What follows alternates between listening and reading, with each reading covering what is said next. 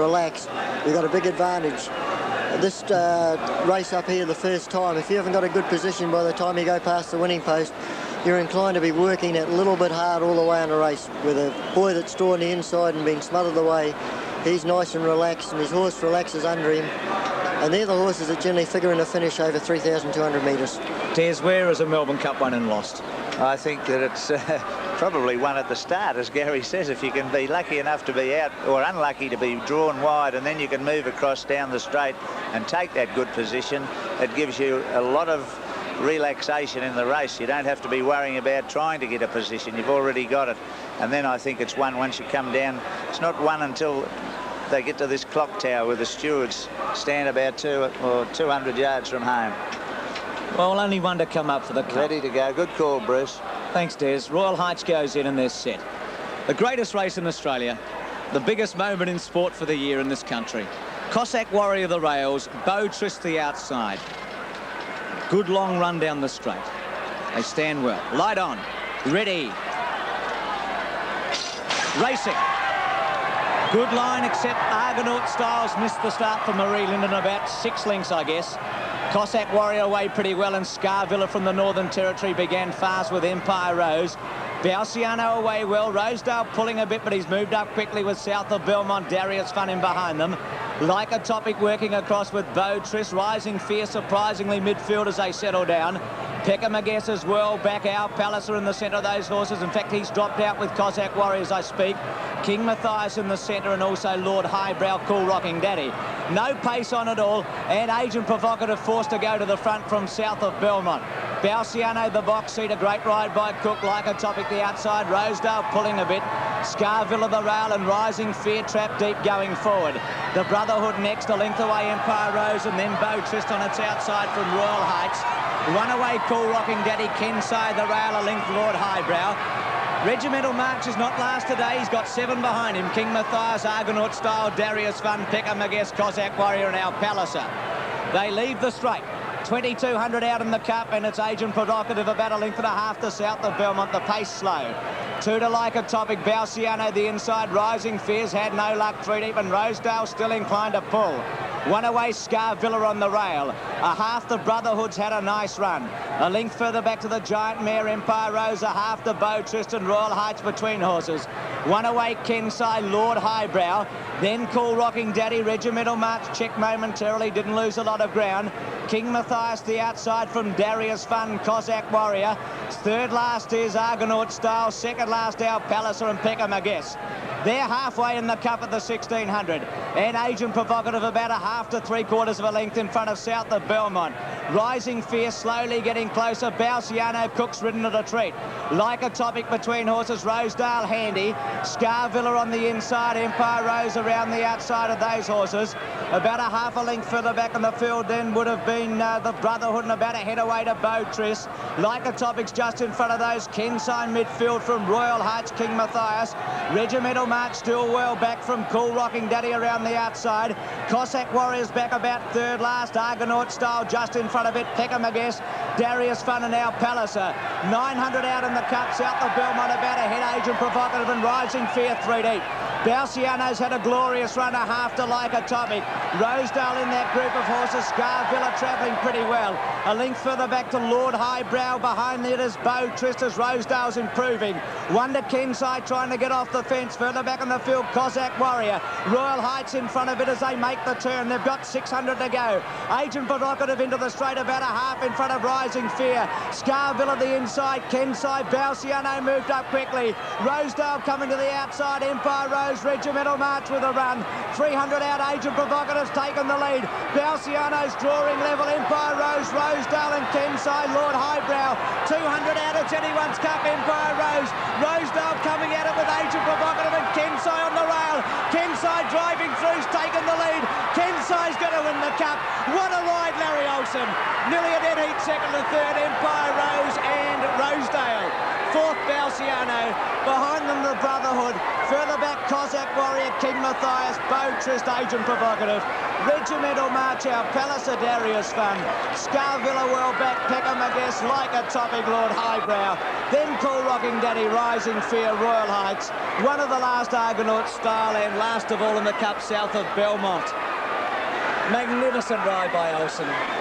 Gary Willits, he's lost 22 kilograms in the last, 12 months or something. He rode the race of his life. Yes, it was a great ride. Brilliant ride along the rails. Also thought what a great run of Rosedale's to fight on like he did, because he pulled very hard in the run.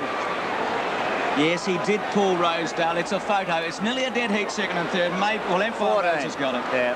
What a run by Empire Rose. She arrived in Australia on Sunday afternoon. But Kensai for Les Bridge has won the Foster's Melbourne Cup. Les Bridge has never had a runner in 25 years of training in the Melbourne Cup. Today, he had two, and one of them, Kensai, was good enough to win. It's 8:14-1. Well, Agent Provocative was still in front at this stage, Des. Balciano, Cook's ride was superb. Rosedale was coming with a run. Let's go and join Keith Hill here, because he might have Les Bridge right now with him. Keith, it's all yours. The race. Well, we had a plan in the race to just wait and wait and wait, and I think a lot of the credit goes to Larry Olsen. It was a cold ride. Fine race coverage. We've congratulations on your win, your first day with runners in the Melbourne Cup. Thanks, mate. Good on you. Les, your comment on Larry Olsen's ride? Well, I think it's self-explanatory. Just have to watch it. It was great. You were shaking, Les. How do you really feel? It's just the biggest moment in racing you've ever had. Well, when I come into this game, I wanted to win the Golden Slipper in the Melbourne Cup, and I've done it. Congratulations. You said last night trainers were notorious for picking the wrong horse. Did you think he was the best of your... Well, at the weights, I did. Les, you said during the week you were caught up in the atmosphere of the Melbourne Cup. How do you feel at this moment? I'm still caught up in it. Well done, Les Bridge. Thank you. What a marvellous moment for any trainer. Mark Cummings has had it 7 times. He almost had it today. It's 8:14-1. Officially fourth was 10, Balciano. Fifth was number 5, Agent Provocative, who was forced to lead. For those that had sweeps and want to know who ran last, it was south of Belmont. Gary, could Kensai win here? Here's where Olsen went to the fence with about 220 to go. Yes, it was a daring sort of ride to go back to the fence like he did, because often in those 2-mile, 3,200 metre races, you get the tiring horses coming back on you. But everything worked very well for Larry. And, I thought Peter Cook had ridden a brilliant race on Balciano. Kensai's runs, first of all, I didn't give him much chance, and then when I had a look at the tapes you had of him today in the Metropolitan, the Newcastle Cups, I thought, by gee, he's a great stay, and I think he's closely related to Kiwi. Well, Des, you had a good look at Kensai throughout the spring, and you said this morning that he looked very gay at the track, and he ran like a horse that was as fit as a fiddle. Well, there were reports that there was not all well with him, and I believe that the way he was trotting around the centre this morning, it was unbelievable. He was as free as a kitten. And Larry Olsen, I think that, gee, that's got to be nearly reward of the VC for him to lose that weight. Gary Willits over here knows how much it is to lose 4 or 5 kilos, but to lose 23... Well, that's right, Des, but I was just having a little laugh here. I saw Larry wave to someone in the crowd, and he dropped his skull cap. Oops. I don't think he'll be too worried about it. The interim dividends on Has the he got Foster's it back? Melbourne Cup. Kensai $7 a win and $2.50 a place. Empire Rose $3.60 and Rosedale $1.55. Now let's just wait for a moment, because this is every jockey's dream, every owner's dream and every trainer's dream to do just this, to come back into the mounting yard after winning the race, the Foster's Melbourne Cup. He's thrown it somewhere. And not many jockeys have done it without their skull cap. I don't think he'll be very worried about it. Somebody's given him a flower instead. And just to fill everybody in on the story behind Larry Olsen, he had retired, Gary. Yes, he's always had a lot of trouble with weight. He's, what you'd call a heavyweight jockey, and he's done a marvellous job to get his weight down. He's put a lot of work in, and he went in on a special diet, and, it's all paid off. So to almost give it away, and at 39 years of age, to come back and win the Foster's Melbourne Cup is a spectacular achievement. The horse is by Balmy Kiss from Kitty's Dream, was bred by D. Duffy and G. Hale in New Zealand, raced by K. Mitchell, A. T. McDonald, T. Strickland, A. Curtis, our man and our Lazarus in partnership, and trained by the gentleman we've already spoken to, Les Bridge from Randwick. Les said it's always been his ambition to win a Melbourne Cup and a golden slipper. Well, he did the golden slipper with Sir Dapper from memory. That's right, yes. That's pretty appropriate that one of the owners is Mr. Lazarus. Well, you're right, Des. There's a very happy boy unselling his horse there. And Gary's come back from not mean you, Gary. I mean Larry has come sort of back from obscurity or retirement and made a comeback, just like Mr. Lazarus did. He's always been a great rider, Larry. Oh, he always has. Funnily enough, he was one of Cummings' choice too early on. On the turn, Agent Provocative was leading. Scarvilla was behind him with Rising Fear, and you can see that Kensai still got a wall of horses in front of him. That's right, yes. And that's why it's very often at Flemington you don't get runs up there along the fence, but you can see he's got this beautiful run inside Scavilla there. I bet he laughed there, Gary. Oh, yes. When you've got a handful of horse, you know you're going to get home. At this stage, Rosedale was challenging strongly. I thought the top he might win. Empire Rose. I thought Empire Rose had it. She ran a marvellous Empire Rose race. was a very good run. But Olsen's been able to get through, balance up, and I guess right now he thinks he's got it won. He's got Whip in that the left cup hand. one. That's right. Yes. Tony Allen lost nothing on Empire Rose. I thought his ride was first class. In fact, I think it was one of the features of the race, Gary. Some of the rides in the race, Balciano, Rosedale, Kensai, they were outstanding. That's right, yes, they all had good runs because it was a very muddling race the first time up the straight. I think a few of them thought there'd be a little bit more pace on it. The ones that hadn't got in, they really didn't have much hope. Peter Cook was lucky to get a good start in as much as it reared just prior to they went bang, and same with Argonaut Style. They were the two that were a little bit Correct weight on the Foster's Melbourne Cup. Marie Linden, her first ride in the race, first woman jockey. She missed the start 6 lengths. She won't forget it in a hurry. No, that's right. I think the horse might have just gone up. He did. It's very easy for this to happen, but it's, it'll be very sad for Marie, like being in the Melbourne Cup. And of course, the first horse from the Northern Territory, Scarvilla, ran a mighty race until the home turn. It's been a wonderful race. We've got all the celebrations about to start. Let's take a break after the 1987 Foster's Melbourne Cup.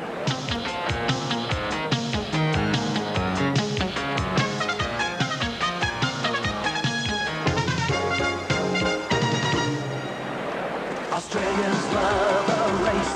And Australians love their beer. Foster's, flavour with a big capital F. There's nothing like it, is there?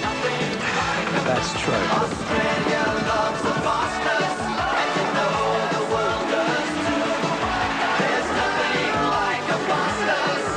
There's nothing like a Foster's. There's nothing like a Foster's. That's true. Cup Kensai $7.250, Empire Rose $3.60, Rosedale $1.55. The multiple forms of betting to come. Quinella trifecta double and extra double. So Kensai becomes one of the most famous horses in Australia by winning the most famous race.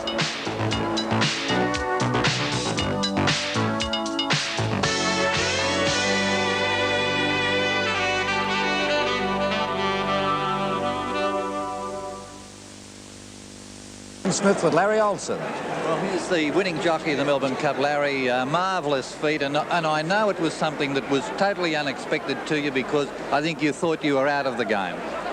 Well, not just once, Ron. I kissed myself goodbye many a time, and but the last comeback, I said, well, if I don't do it this time, that's it.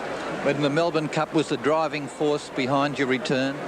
Well, hardly the Melbourne Cup, because I never for a moment dreamt that I'd be here today, and of course winning it. But just to get back to racing and ride good quality horses and win big races. But I must say I was determined that when I won the Derby in Brisbane, from there I went to Sydney and I won the Epsom, and I thought, I wonder if I can win that Melbourne Cup. And the thought was there. Now, Des Spain.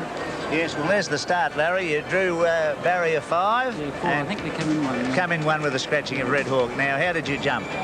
Well, I jumped at the game quite well, but I was always going to be back behind him on the fence. I was behind that big mare, Empire Rose. Yes, well, now coming down the stool frame at the 2,400 metres, you've got 2,400 to go. You're about 8th or 10th on the rail still. Yes, that'd be right. I wasn't that far away from the lead, and pace at that stage was quite genuine. Of course, they slowed up a bit after we went out the straight. Yes, well, round at the mile now, I thought they were going along at about 13, or a little bit better than 13 at the furlong. What did you think? Well, possibly about 13 at that stage, but not long after here they picked up a bit. Well, you're running 13th there as the frame shows, and there you are behind on the inside of Rosedale. Ahead of you is Empire Rose and Scarvilla. Belciano's just in the front of the picture, and off the track is Like a Topic. So there you are there. Now turning for home, how are you feeling here? Well, I was feeling... You're running 8th, I might add. Yes, and I was going to get right up. The run was there for me to take, but of course I didn't really want to get up there quickly because he was a doubt at the 3,200 metres, and anyway, I couldn't get through, so I just had to sit and wait. And the way you did, and you waited. And what happened when you saw Scarvilla move off the fence and give you enough to put the Foster's Lager Clydesdales through there? Yeah, well, it's given me a great thrill, and I just thought, now can I get this lot on the outside? And when I give him a couple with the whip, he really responded, and he got to the line like a good little horse. You had a look across and you said, I'm home. Yeah, I did. Well, now Vivian will say something to you. Go for the nice young lady, Larry. Congratulations, Larry. Just looking at that as you're coming to the line here, how far from the line did you know I've got it? About there. As you hit it. Yes. Once you got through on the inside, though, you knew you had the other two covered? Well, as I say, when I was held up on the inside, the horses on the outside got about a length in front of me, and of course when I did get the run, I knew I was going to get to the line, but just how well I didn't know. You know? Was the line going to be too fast, too close for you? Well, I thought it was, yes, I thought it might be a bit close, but then when I hit him with the whip, he found that bit extra. Well, congratulations. I know you want to do a lot more celebrating. There's a lot of people want to speak to you too. Thank you, Vivian. Congratulations. Well, Ken size $7 in the Melbourne Cup and $2.50. Empire Rose $3.60. Rosedale $1.55.